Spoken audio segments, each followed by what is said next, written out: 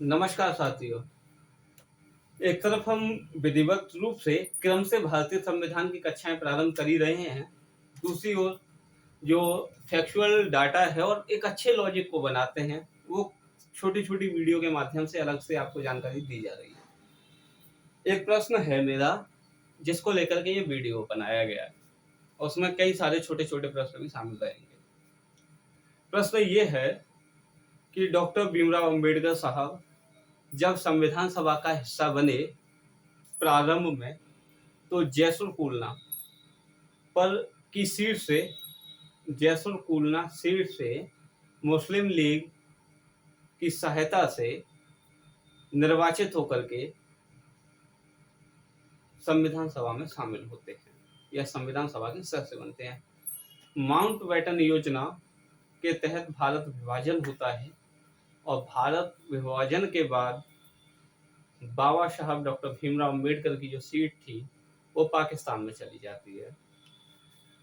जयसुर कूलना seat जो कि भारत विभाजन के बाद पाकिस्तान का हिस्सा हो गई, पूछ ले कि वर्तमान में कहाँ है, तो वर्तमान में यह सीट बांग्लादेश का हिस्सा है। ये बात आपको क्लियर रहनी चाहिए। चलो, सीट चली गई, संविधान हिस्सा का सदस्य अब डॉक्टर अंबेडकर नहीं रहे हैं, तो बड़ा ही लॉजिक में रखना चाहता हूं कि वो कौन व्यक्ति थे, कौन थे वो जिन्होंने डॉक्टर अंबेडकर का नाम दोबारा सुझाया और वे संविधान सभा का हिस्सा बने। बात कुछ इस तरह है, लॉजिक को समझना। सर वेनिगल नरसिंह राव, इनको हम वीएन राव के आधार पर पढ़ते हैं। वीएन राव जिन्होंने हमारे संविधान का ड्राफ्ट प्रारूप तैयार किया, इवन बर्मा वर्तमान में म्यांमार का भी ड्राफ्ट इन्होंने ही तैयार किया था वहां के संविधान के लिए। सर वेनिगल नरसिंह राव जो कि स्वयं संविधान सभा का हिस्सा नहीं थे।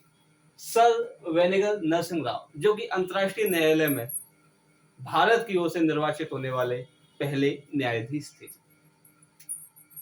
इन्होंने संविधान सभा का हिस्सा ना होते हुए भी जब संविधान का प्रारूप तैयार किया तो अवैतनिक रूप से कार्य किया था इन्होंने, यानी कि कोई भी इन्होंने पेमेंट नहीं लिया था, अवैतनिक रहे थे। क्लियर है यहाँ तक?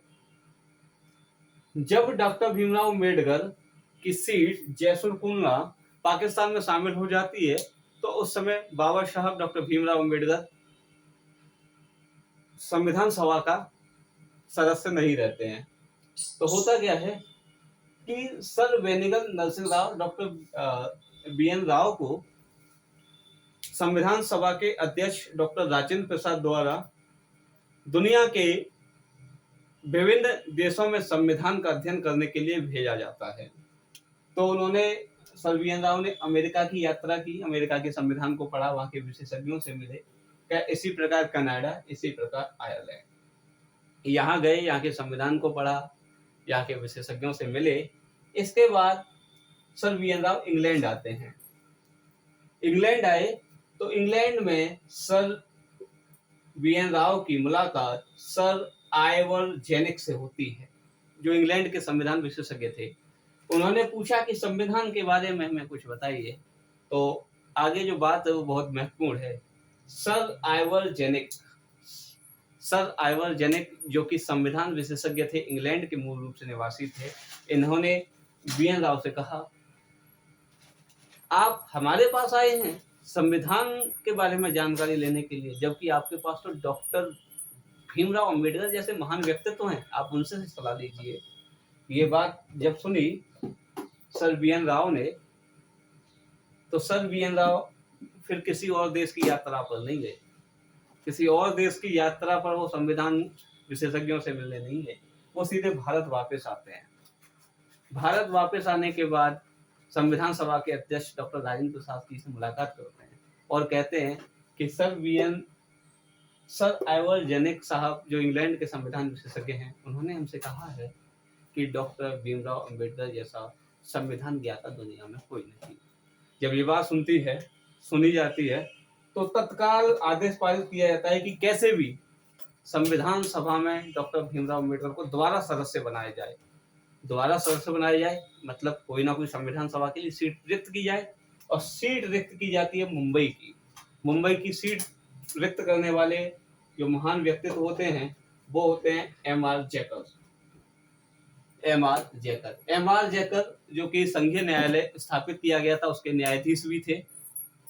1 अक्टूबर 1937 को जो नई दिल्ली में स्थापित हुआ, भारत शासन अधिनियम 1935 के तहत जो न्यायालय स्थापित हुआ था उसके न्यायाधीश भी रहे थे।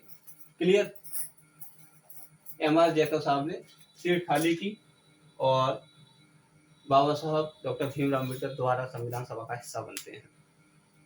होता गया है यहाँ, अब थोड़ा समझ लें।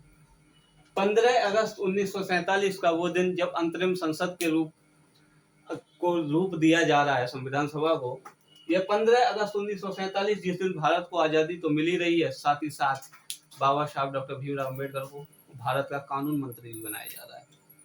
29 अगस्त 1947 वो तिथि जब प्रारूप समिति मसौदा समिति का स्थापना की जा रही है। 30 अगस्त 1947 वो दिन जब डॉक्टर भीमराव अम्बेडकर को प्रारूप समिति का अध्यक्ष बनाया जा रहा है। यहाँ पंडित नेहरू और एम.आर. जैकर साहब के 2 नाम लिखे हैं। इसको ध्यान रखना कि पंडित नेहरू 13 दिसंबर 1946 को उद्देश्य प्रस्ताव लेकर के आए थे जिसका विरोध हुआ। विरोध करने वाले 2 व्यक्ति थे, एक तो थे एम.आर. जैकर साहब जो कि हिंदू महासभा के अध्यक्ष थे, और एक तरफ थे डॉक्टर बी.आर. अम्बेडकर साहब। इनका कहना यह था कि जब मुस्लिम लीग संविधान सभा का बहिष्कार कर रही है, बात में दम भी था, तो हम ऐसे उद्देश्य प्रस्ताव का बना करके क्या करेंगे। क्लियर है। तो विरोध करने वाले उद्देश्य प्रस्ताव में थे एम.आर. जैकर साहब और डॉक्टर भीमराव अम्बेडकर साहब, और यही उद्देश्य प्रस्ताव आगे संविधान की प्रस्तावना बनता है जो कि 22 जनवरी 1947 को संविधान सभा ने पारित किया। धन्यवाद। लॉजिक समझ में आया होगा। इसके बाद चर्चा करेंगे।